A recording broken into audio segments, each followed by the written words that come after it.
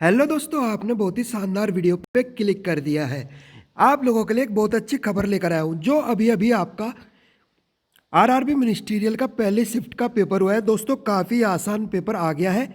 जैसे हमने उम्मीद किया था उससे भी ज़्यादा आसान पेपर आ गया है। तो दोस्तों, जो भी सवाल मैं लेकर आया हूँ 100% रियल सवाल है। अगर आपने वीडियो पूरा देख लिया, अगली शिफ्ट में यहाँ से 9 से 10 सवाल आपके रिपीट करने वाले हैं। तो वीडियो को पूरा देखना है और वीडियो को लाइक करके जरूर जाना है गाइज। देख लेते गाइज क्या क्या सवाल आपके आज के जो 16 दिसंबर के पेपर में जो भी आपके सवाल पूछे गए, एक एक सवाल को देख लेते हैं। पेपर काफ़ी आसान था। आरआरबी मिनिस्ट्रियल 2020 पेपर दोस्तों बहुत आसान था। एक एक सवाल बड़ा इंपॉर्टेंट है। देख लेते गाइज एक एक सवाल को। अगर आप किसी भी गवर्नमेंट एग्जाम की तैयारी कर रहे हो, ये चैनल आपके लिए बेस्ट है। ट्रिक के लिए चैनल दोस्तों बहुत बढ़िया है, एग्जामेटिक स्टडी। तो दोस्तों, चैनल का लाल कलर का बटन दबाकर चैनल को सब्सक्राइब कर लेंगे और बेल को ऑल कर लेंगे ताकि सभी वीडियो का नोटिफिकेशन आपको टाइम टू टाइम मिलता रहे। तो गाइज देख लेते क्या क्या सवाल पूछे गए हैं। यह हमारा चैनल है दोस्तों। देख लेते गाइज पहला सवाल क्या पूछा गया। 2019 क्रिकेट वर्ल्ड कप में कितनी टीमों ने भाग लिया था। तो दोस्तों, कितनी टीमों ने भाग लिया था? 10 टीमों ने भाग लिया था दोस्तों। और ये भी देख लेते किसने इस वर्ल्ड कप को करवाया था। ये करवाया था इंग्लैंड ने। और दोस्तों, चैंपियन कौन रहा था? वो भी इंग्लैंड रहा था। और दोस्तों, दूसरे नंबर पे कौन सी टीम रही थी? न्यूजीलैंड। और जो प्लेयर ऑफ द सीरीज था वो कौन था? Kane Williamson. सबसे ज़्यादा रन बनाए थे रोहित शर्मा ने। ये दोस्तों आपके लिए एक्स्ट्रा जानकारी है। इस सवाल का राइट आंसर हो जाएगा 10 टीमों ने इसमें भाग लिया था। देख लेते गाइस अगला बेहतरीन सवाल।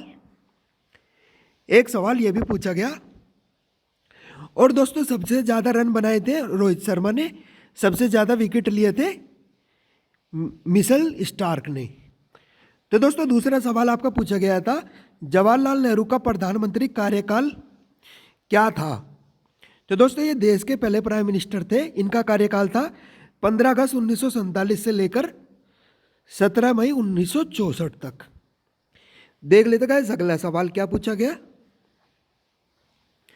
एक सवाल यह भी पूछा गया, COOH किस क्रियात्मक समूह से संबंधित है। तो दोस्तों, COOH ये आपका इसका क्या बोला जाता है? Carboxylic acid. तो दोस्तों, इसका समूह है कौन सा?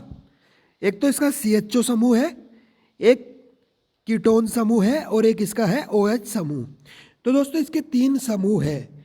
अगर आपके ऑप्शन में इनमें से कोई भी मिलेगा वही आपका राइट आंसर हो जाएगा। देख लेते गाइस अगला सवाल क्या पूछा गया। एक सवाल आपका यह भी बेहतरीन पूछा गया, which of the following is organic acid. तो दोस्तों, जो भी आपके ऑप्शन में दिया गया था, अगर इनके अलावा कोई भी ऑप्शन में होगा वही आपका राइट आंसर हो जाएगा।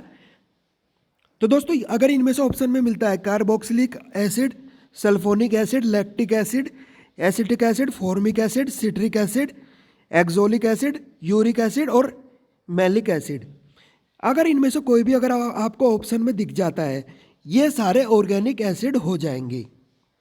ये सारे ऑर्गेनिक एसिड हो जाएंगे। तो दोस्तों, मैंने उदाहरण दे दिए हैं सभी के। आपके अगले शिफ्ट के लिए भी दोस्तों यहाँ से आपको 10 से 12 सवाल रिपीट करने वाले हैं। तो वीडियो को पूरा देखना है। अगर इनमें से आपको कोई भी मिल जाता है वही आपका ऑर्गेनिक एसिड हो जाएगा। देख लेते गाइस अगला सवाल क्या पूछा गया। एक सवाल यह भी बेहतरीन पूछा गया, ब्रेक लगाने पर सवारी आगे की ओर क्यों झुकती है। तो दोस्तों, वो झुकती है न्यूटन का प्रथम नियम।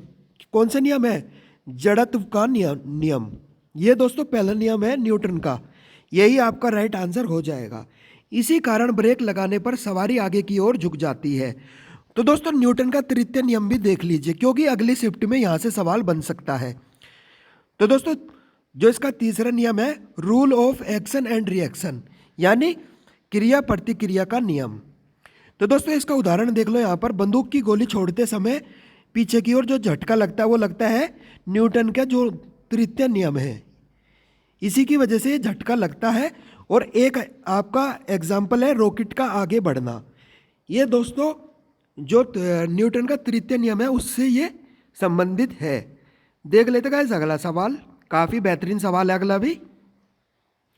अगला सवाल भी देख लेते हैं। तो दोस्तों एक सवाल ये भी आपका पूछा जा सकता है, गति का द्वितीय नियम। तो दोस्तों गति का द्वितीय नियम है, न्यूटन का द्वितीय नियम है लॉ ऑफ मोमेंटम यानी संवेग का नियम। इसमें क्या होता है, जो आपका मोमेंटम होता है वो डायरेक्टली प्रोपोर्शनल किसके होता है, उसकी वेलोसिटी के, यानी वेलोसिटी के डायरेक्टली प्रोपोर्शनल होता है, जो उसका परिवर्तन दर होता है। तो दोस्तों ये नियम भी आपको देख के जाना है, ये अगली शिफ्ट में पूछा जा सकता है। ठीक है दोस्तों, देख लेते गाइस अगला सवाल क्या पूछा गया। एक सवाल ये भी पूछा गया, एक बॉल को छत से गिराया जाता है तो उसकी ऊर्जा में क्या परिवर्तन आएगा। तो दोस्तों उसकी ऊर्जा में क्या होगा, उसकी गतिज ऊर्जा और स्थितिज ऊर्जा में, यानी जो गतिज ऊर्जा है वो तो बढ़ जाएगी और जो उसकी स्थितिज ऊर्जा है वो घट जाएगी। यही आपका राइट आंसर हो जाएगा। तो दोस्तों एक सवाल पूछा गया, सवाल नंबर 7, इनमें से जो कौन सा आपका फूड साइकिल में आएगा, इसमें कौन सा आपका फूड साइकिल में आएगा। ये आपके ऑप्शन दिए गए थे, कार्निवोरस, हर्बीवोरस, ऑटोट्रोप या ओमनिवोरस। तो राइट आंसर हो जाएगा ऑटोट्रोप। ऑटोट्रोप आपके जो आपकी भोजन की साइकिल होती है उसमें आता है। ऑटोट्रोप को हिंदी में बोलते हैं स्वयंपोषी, जो अपने आप खाना बनाते हैं। Organism that produce their own food as their trophic level. यह आपका राइट आंसर हो जाएगा ऑटोट्रोप, यानी स्वयंपोषी आपका करेक्ट आंसर हो जाएगा। तो दोस्तों ये भी सवाल, अगर आपने वीडियो पूरा देख लिया दोस्तों, आपका अगले शिफ्ट का पेपर बहुत बढ़िया होने वाला है। काफ़ी आसान पेपर आया था। अगले सवाल भी देख लेते हैं। एक सवाल ये पूछा गया, वंदे मातरम की रचना किसने की थी। तो दोस्तों वंदे मातरम की रचना की थी बंकिम चंद्र चटर्जी ने। देख लेते हैं अगला सवाल, उभयधर्मी ऑक्साइड यानी एम्फोटेरिक ऑक्साइड कौन से होते हैं। तो दोस्तों इनके नाम है एल्यूमिनियम ऑक्साइड और जिंक ऑक्साइड। ये आपके एम्फोटेरिक ऑक्साइड होते हैं, जिंक ऑक्साइड और एल्यूमिनियम ऑक्साइड। देख लेते गाइस अगला सवाल क्या पूछा गया। काफ़ी बेहतरीन सवाल था दोस्तों। चैनल को सब्सक्राइब कर लेंगे सभी ट्रिक के लिए, क्योंकि दोस्तों हमारा चैनल ट्रिक के लिए बहुत फेमस है। चैनल को सब्सक्राइब करके जरूर जाएंगे और वीडियो को लाइक भी कर देंगे दोस्तों। बहुत मेहनत लगती है दोस्तों वीडियो बनाने में, वीडियो को लाइक करके जरूर जाएंगे। एक सवाल ये भी पूछा गया बहुत बेहतरीन, हैदराबाद तेलंगाना, ये आपका रीजनिंग से सवाल था। हैदराबाद तेलंगाना से संबंधित है। दिसपुर किससे संबंधित है। तो दोस्तों दिसपुर आपका असम की राजधानी है। तेलंगाना की राजधानी है दोस्तों हैदराबाद, और दोस्तों असम की राजधानी है दिसपुर। यही आपका राइट आंसर हो जाएगा। एक सवाल ये भी पूछा गया, वर्ल्ड इन्वायरमेंट डे, विश्व पर्यावरण दिवस कब मनाया जाता है। यह मनाया जाता है 5 जून को। तो दोस्तों इसकी थीम क्या रही, इसकी थीम क्या रही दोस्तों, वो रही सेलिब्रेट बायोडाइवर्सिटी। ये भी आप देखकर जाएंगे, काफ़ी इंपॉर्टेंट सवाल था। देख लेते गाइस अगला सवाल क्या पूछा गया। एक सवाल ये भी पूछा गया, अरावली रेंज हाईएस्ट पॉइंट। तो दोस्तों अरावली रेंज का जो हाईएस्ट पॉइंट है वो क्या होगा, वो होगा गुरु शिखर। गुरु शिखर आपका राइट आंसर हो जाएगा। और दोस्तों गुरु शिखर आपका सबसे हाईएस्ट पीक है अरावली रेंज में, और जिसकी ऊंचाई कितनी है 5650 इसकी ऊंचाई है। ये भी आपको नोट करना है दोस्तों, इंपॉर्टेंट सवाल है। एक सवाल ये पूछा गया, कौन सा रोग आपका वायरस के कारण होता है। तो दोस्तों ऑप्शन में आपका मम्स था, मम्स आपका करेक्ट आंसर हो जाएगा। ये आपका वायरस के कारण होता है। तो दोस्तों जो भी वायरस से रोग होते हैं उनकी ट्रिक देख लेते हैं एक बार, सभी की ट्रिक देख लेते हैं। तो दोस्तों ये सवाल पूछा गया था कौन सा रोग आपका वायरस से होता है। तो इसकी ट्रिक है, रेखा ने हमें, मैं अगली शिफ्ट के लिए बता रहा हूँ आपको, अगली शिफ्ट में भी यहाँ से सवाल बन सकते हैं 10 से 12, क्योंकि दोस्तों सवाल आपके रिपीट भी कर रहे हैं। इसकी ट्रिक है, रेखा हमें हिट करके पोइचे पीछे छोड़ गई। रेखा हमें हिट करके, ये आपकी ट्रिक है। रे से बनेगा रेबीज, ख से बनेगा खसरा, है से बनेगा हर्पीस, मैं से बनेगा मेनिंजाइटिस, ही से बनेगा हिपेटाइटिस, टे से बनेगा ट्रैकोमा, पे से बनेगा पोलियो, ए से बनेगा एड्स, चे से बनेगा चेचक। तो दोस्तों ये सारे रोग आपके वायरस से होते हैं। ये आपका अगली जो आपकी शिफ्ट होगी, दूसरी शिफ्ट, तो दोस्तों ये उसमें काम आने वाला है। देख लेते गाइस अगला सवाल, काफी इंपॉर्टेंट सवाल है अगला भी। तो गाइस एक सवाल ये भी पूछा गया, एक वर्ष में कुल माल और सेवाओं के योग को क्या कहा जाता है? एक वर्ष में कुल माल और सेवाओं के योग को क्या कहा जाता है? तो दोस्तों ये कहा जाता है सकल घरेलू उत्पाद, यही आपका राइट आंसर हो जाएगा। और एक कहा जाता है सकल राष्ट्रीय उत्पाद। तो दोस्तों इसके बारे में आप लोग पढ़ के जाएंगे, अगले जो शिफ्ट आपकी होने वाली है, ये सवाल आपका इंपॉर्टेंट है, इसको पूरा पढ़ के जाएंगे आप लोग, ये सारे इंपॉर्टेंट पॉइंट आप पढ़ लेंगे। देख लेते गाइस अगला सवाल क्या पूछा गया। एक सवाल ये भी पूछा गया, पर्यावरण के लिए हानिकारक नहीं है। 4 ऑप्शन दिए गए हैं, पर्यावरण के लिए कौन सा हानिकारक नहीं है। तो दोस्तों पर्यावरण के लिए आपका लैंडस्केपिंग यानी भू सुदर्शनीकरण आपका, ये आपका हानिकारक नहीं है। बी ऑप्शन आपका राइट आंसर हो जाएगा।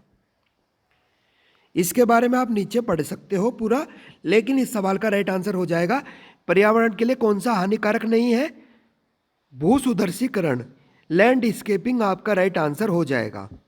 देख लेते गाइस अगला सवाल। एक सवाल यह भी पूछा गया बड़ा बेहतरीन, भारत में सबसे ज्यादा प्रदूषण का कारण क्या है? तो दोस्तों भारत में सबसे ज्यादा प्रदूषण का कारण है सीएनजी, सीएफसी और वनों की कटाई, यही आपका राइट आंसर हो जाएगा। तो दोस्तों आपका ज्यादातर प्रदूषण क्यों होता है भारत में? यह होता है वनों की कटाई की वजह से, वनों की कटाई की वजह से। और इसमें आपका राइट आंसर हो जाएगा दोस्तों, ये आपके ऑप्शन दिए गए थे सीएनजी, सीएफसी या वनों की कटाई। तो दोस्तों भारत में सबसे बड़ा कारण है सीएफसी यानी क्लोरोफ्लोरोकार्बन की वजह से भारत में सबसे ज़्यादा प्रदूषण है, यही आपका राइट आंसर हो जाएगा। एक पूछा गया सवाल नंबर 19, सबसे बड़ा विंड फार्म पवन चक्की संयंत्र कहाँ पर स्थापित हुआ? तो दोस्तों ये आपका हुआ, ऑप्शन थे कर्नाटक, महाराष्ट्र, यूपी या तमिलनाडु। तो दोस्तों तमिलनाडु इस सवाल का राइट आंसर हो जाएगा। और दोस्तों इसका विंड फार्म का जो पावर है वो है 1500 मेगावाट, 1500 मेगावाट इसकी पावर है, और राइट आंसर हो जाएगा आपका तमिलनाडु। देख लेते गाइस अगला सवाल क्या पूछा गया, काफी आसान सवाल था। एक सवाल ये पूछा गया, अंग्रेजों ने राजाओं को सुरक्षा प्रदान करने के लिए कौन सी संधि की थी? तो दोस्तों इस संधि का नाम था सायक संधि। ये कब की गई थी?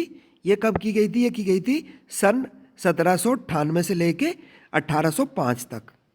ये भी आप पढ़ के जाएंगे, इसके बारे में आप पूरा पढ़ लेंगे यहां से।